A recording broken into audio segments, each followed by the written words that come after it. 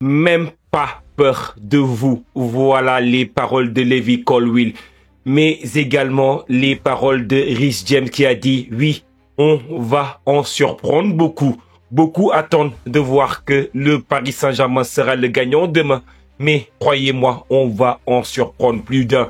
En tout cas, est-ce que Chelsea sera en mesure de faire tomber notre Paris Saint-Germain, le Paris Saint-Germain de Luis Enrique, le Paris Saint-Germain d'Ousmane Dembélé qui semble marcher sur l'eau, qui semble marcher sur l'Europe, mais également qui semble marcher sur le monde. Tout le monde a peur de Paris, mais Chelsea dit même pas peur. En tout cas, bienvenue sur la chaîne Parisienne Football. Merci d'être de plus en plus nombreux à suivre la chaîne. Merci pour toutes les personnes qui prennent toujours une seconde pour mettre le petit pouce bleu, pour s'abonner à la chaîne, pour donner le maximum de force. On a dépassé dorénavant la barre des 25 000 abonnés. D'ailleurs, on a fait le live le plus grand de l'histoire de la chaîne Parisienne Football. Franchement, on était super heureux, super... je sais même pas quoi dire, c'est tellement dépassé par le live. On a eu maximum, on a eu 16 000 personnes sur un live. J'aurais jamais cru ça possible dans une vie. On est 16 000 personnes durant le match Paris Saint-Germain Real Madrid. Également, sur le montant total du live, on a été 730 000 sur le live. 730 000. Quasiment pas très loin de 1 million. Donc, du coup, j'étais un peu choqué. En tout cas, merci. Merci à toutes les personnes qui nous donnent le maximum de force afin de pouvoir développer encore une nouvelle fois la chaîne Parisienne Football. Mais maintenant qu'on a mis cet aparté, on a également aussi, qu'on a aussi un sponsor. Le sponsor, c'est Socratos qui également vous permet d'acheter des maillots pas très cher à hauteur de 20-25 euros maximum avec un code de réduction. Donc, du coup, je vous mettrai ça également en description. Si vous voulez acheter un petit maillot, allez-y, ça coûte pas cher du tout. Donc, du coup, là, maintenant, on va regarder maintenant un peu ce qui s'est passé, ce qui s'est passé également. Parce que le Paris Saint-Germain, je vous ai pas fait de débrief après match face à l'équipe du Real, mais le Paris Saint-Germain a marché sur le Real Madrid. Et moi, j'avais posté une vidéo sur TikTok où est-ce que j'expliquais clairement que pour moi, peu importe le nombre de fois où le Paris Saint-Germain allait marcher sur le Real Madrid. Parce que pour moi, je ne voyais pas comment l'équipe du Real Madrid, la philosophie même de jeu, Luis Enrique, il l'a imprégné à tout son groupe. Ce n'est pas exactement un joueur qui va manquer, qui va impacter tout le collectif. C'est un groupe où est-ce que tout le monde adhère à la philosophie de jeu de Luis Enrique. Tout le monde court, tout le monde est généreux dans les efforts. Et quand tu as une équipe où est-ce que tout le monde court face à un collectif madrilène où est-ce qu'il compte que sur les individualités. Après, également, Xabi Alonso, il a fait des choix que j'estimais en avant-match incompréhensibles pour toutes les personnes qui suivent, notamment aussi la chaîne TikTok, où est-ce qu'on a été aussi posé des questions. On s'est dit, oui, cette équipe, elle est très, très tournée vers l'offensif. Le milieu de terrain, ça nous paraissait assez déséquilibré, avec un Tchouaméni qui jouait parfois dans les phases offensives en défenseur central, et dans les phases offensives, je vais plutôt au poste exactement de numéro 6, et dans les phases défensives, pardon, au poste de défenseur central. Donc, du coup, c'était un peu l'absence de Trent Alexander-Arnold. Trent, je pense qu'il a déclaré forfait. Ceux qui ne savent pas, qui n'ont pas vu le match entre Napoli et Liverpool à l'époque, Trent Alexander-Arnold, il a vécu le cauchemar de sa vie face à Visca Kvaratskhelia. Et je pense qu'il s'est dit, j'ai pas envie de revivre ça. Je viens d'arriver à Madrid. J'ai pas envie qu'il me termine ma carrière en l'espace d'un match. Laisse-moi déclarer forfait, partir en vacances tranquillement et revenir avec la tête un peu plus reposée. Donc, du coup, il n'était pas sur le terrain. Donc, de ce fait-là, ils ont décalé Valverde à droite et ils ont fait un peu redescendre Tchouaméni sur la défense à 3. Donc, du coup, également, ce que j'ai eu du mal à comprendre, c'était le milieu à 3 où est-ce que tu avais Garcia qui est l'attaquant qui confirme actuellement du côté de Madrid qui a été décalé à droite, incompréhensible. Après, Kylian Mbappé a retrouvé un poste axial et Vinicius Junior sur le côté gauche. Quand tu as une équipe comme ça, où est-ce que tu essaies de plaire à tout le monde, tu finis par plaire à personne. Et l'équipe, le bloc offensif ne défendait absolument pas, absolument statique, face à une équipe du Paris Saint-Germain qui était absolument en mouvement. Un jeu qui était dans très dynamique face à un jeu très statique du Real Madrid. Le PSG était forcément trop fort pour cette équipe du Real Madrid. Heureusement que le Paris Saint-Germain a également ralenti, parce que si le PSG ne ralentissait pas, si le PSG voulait exactement forcer, voulait, c'est dans une situation où est-ce qu'il voulait vraiment frapper encore plus fort le Real Madrid, Paris aurait pu gagner sur le score de 6-7-0 facile, hein. Très très facile. En tout cas, maintenant que cette aparté est mis de côté, on va revenir sur le match qui va opposer Chelsea. Chelsea face à l'équipe notamment du Paris Saint-Germain. On sait que Chelsea, ils ont gagné leur dernier match face à Fluminense. Chelsea, en termes de parcours, le parcours, il n'est pas si extraordinaire que ça. Ils ont joué face à des équipes qui sont largement à leur portée. Ils n'ont pas eu de grosse opposition jusqu'à présent. C'est la plus grosse opposition qu'ils ont eue, malgré que les équipes brésiliennes ont été époustouflantes dans cette composition, telles que des équipes telles que Palmeiras, Fluminense, qu'ils ont affronté. Ils ont tapé Palmeiras sur le score de 2-1. Ils ont battu Fluminense sur le score de 2-0. Ils ont battu Benfica 4-1. Ils ont également battu l'Espérance 3-0. Mais ils ont perdu face à Flamengo sur le score de 3-1. Par la défaite face à Flamengo, on a vu une équipe de Chelsea qui avait également pas mal de difficultés, notamment des difficultés lorsqu'ils étaient pressés, des difficultés parfois lorsqu'ils ont une ligne défensive haute, lorsque ça part dans le dos. Et ça correspond fortement aux caractéristiques même du Paris Saint-Germain. Et quand on regarde un peu cette équipe de Chelsea, et je vais vous montrer aussi le 11 qui est supposé commencer notamment pour l'équipe de Chelsea, on voit que dans l'aspect historique, avant même d'aborder le 11, on va regarder l'aspect historique.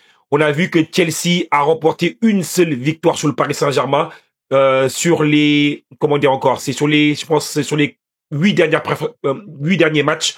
On a vu que Chelsea a une seule victoire face au Paris Saint-Germain. Si ça ne parle pas de soi, je ne sais pas exactement qu'est-ce qui parle de soi. 3 victoires pour Paris, 4 matchs nuls, une seule victoire de Chelsea. L'aspect, la dynamique, l'aspect psychologique, elle est côté Paris.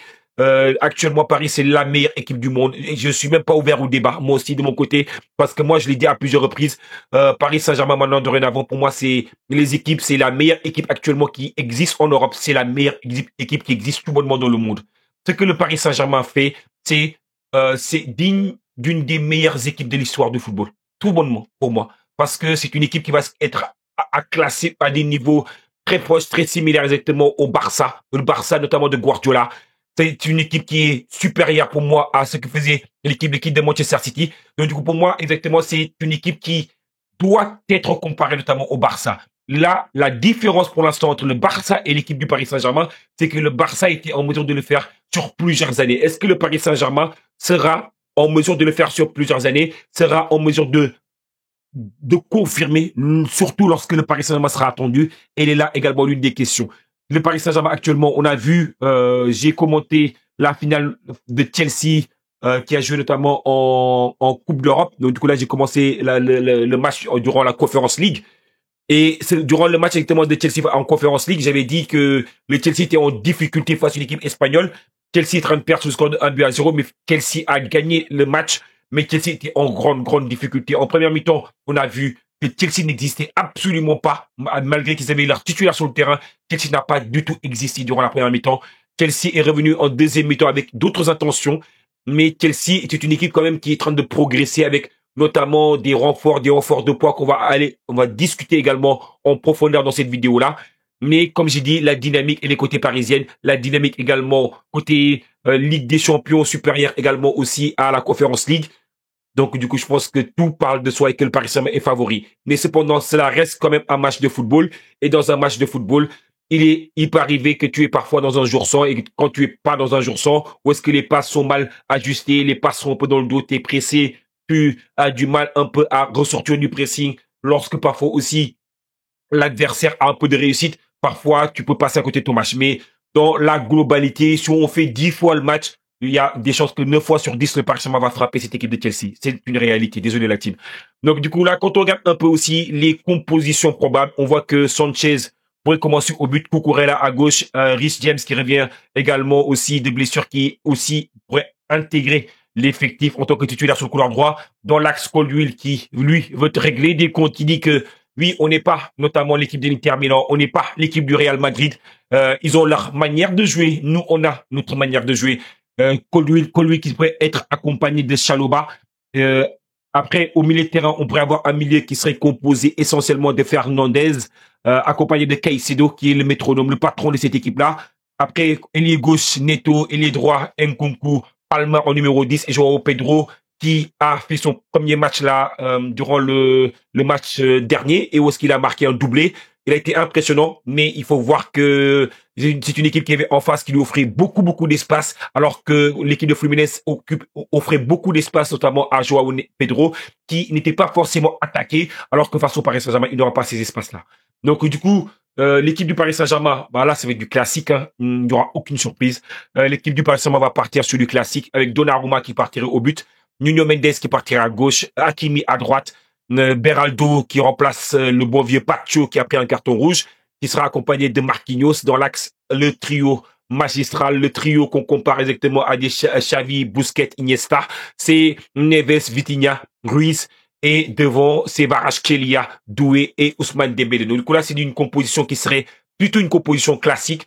Moi, pour moi, là où est-ce que le Paris Saint-Germain aura beaucoup de positions, de situations à jouer, c'est essentiellement dans le dos de la défense de cette équipe de Chelsea. Est-ce que Chelsea va jouer avec un bloc qui sera plutôt un bloc qui sera plutôt médian, plutôt qu'un bloc bas? Parce qu'on sait que Chelsea ne sait pas forcément jouer avec un bloc bas.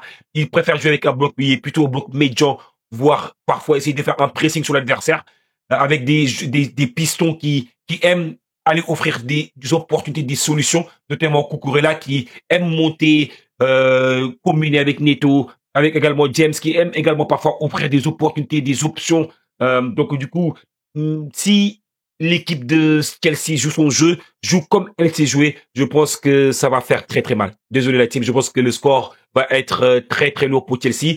Je pense que Chelsea ne va pas forcément avoir l'arrogance, même s'ils le disent qu'ils veulent jouer exactement leur jeu, s'ils ont l'arrogance de vouloir jouer leur jeu, je pense que ça va être un match qui va être très difficile, parce que défensivement, Chelsea, ils ont énormément de difficultés. Sanchez, ce n'est pas l'assurance tout risque. La défense centrale, Chalobah, Colwill qui est quand même le maillon central de cette défense.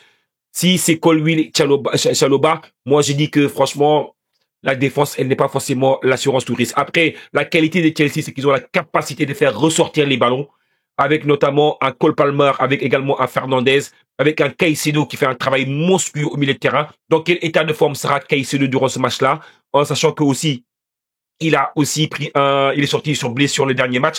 Est-ce qu'il sera à 100%? Pour que Chelsea puisse avoir une chance face à ce Paris Saint-Germain-là, il faudra absolument que Caicedo soit exactement à 100%. Mais pour moi, également, ce que je trouve également intéressant, c'est l'apport de João Pedro qui a été très intéressant durant le dernier match. 2 buts absolument somptueux face à son ancienne équipe et il a pas forcément célébré. Mais n'empêche que ça se voit qu'il s'est bien entretenu pour garder la forme et pour pouvoir jouer le mondial des clubs. Donc du coup, pour moi, Chelsea, c'est une bonne équipe, mais n'empêche, c'est une équipe qui a progressé, mais n'empêche que pour moi, le Paris Saint-Germain, en termes de collectif, est largement supérieur à cette équipe de Chelsea. Mais n'empêche que, comme j'ai dit initialement, un match reste un match et que parfois, le Paris Saint-Germain peut être dans une situation qui ne sont pas forcément dans la forme du moment ou dans la forme exactement dans la continuité de ce qu'ils ont fait dans la compétition. Mais pour moi, le Paris Saint-Germain que je vois actuellement en termes de collectif, en termes de jeu, en termes d'assurance, en termes de tout, ils sont largement supérieurs à cette équipe de Chelsea. Le Paris Saint-Germain est un état très avancé de son projet. Le Paris Saint-Germain, je pense que avec les pistons, ils vont donner énormément de travail à Cucurella ainsi que Reece James. Je pense que dans le dédoublement de jeu, dans les 1-2, dans les combinaisons, le milieu de terrain de Paris, pour moi, est largement supérieur au milieu de terrain de Chelsea. C'est un milieu de terrain où est-ce qu'ils ont une assurance, une connaissance, une connexion qu'ils ont entre les uns et les autres. Donc du coup, et en plus de ça, avec le retour d'Ousmane Dembélé, beaucoup de gens disaient oui, Dembélé, est-ce qu'il mérite le Ballon d'Or? Moi, je pense que le débat il est éteint dorénavant. J'ai même plus envie d'entendre parler de ce débat-là parce que Dembélé pour moi sera Ballon d'Or. Je l'ai dit depuis très longtemps. Le club le soutient, le président le soutient, l'entraîneur le soutient, les supporters le soutiennent. Donc du coup moi je le soutiens également, je suis derrière exactement toute l'institution Paris Saint-Germain et je pense que Dembélé sera Ballon d'Or parce que ce qu'il réalise durant ce mondial des clubs, la générosité, la capacité à déclencher le pressing.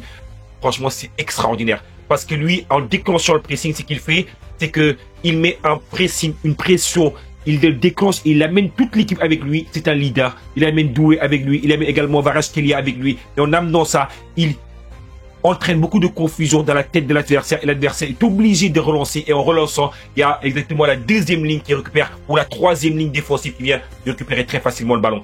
Donc du coup, pour moi, durant ce match-là, je ne vois pas dans quel univers l'équipe de Chelsea exactement vient frapper l'équipe du Paris Saint-Germain. Moi, je vois un match avec une victoire de Paris. Comme je dis, un match reste un match et que tout est possible. Vous, en zone commentaire, dites-moi qu'est-ce que vous pensez de ce match-là. Est-ce que vous voyez Chelsea remporter la victoire? Est-ce que vous voyez le PSG remporter la victoire? tenez-moi informé en zone commentaire. Je voulais faire un petit débrief court, pas trop long. Comme ça, moi, ça après, on débrief et vous me dites tout ce que vous pensez en zone commentaire. Ciao la team.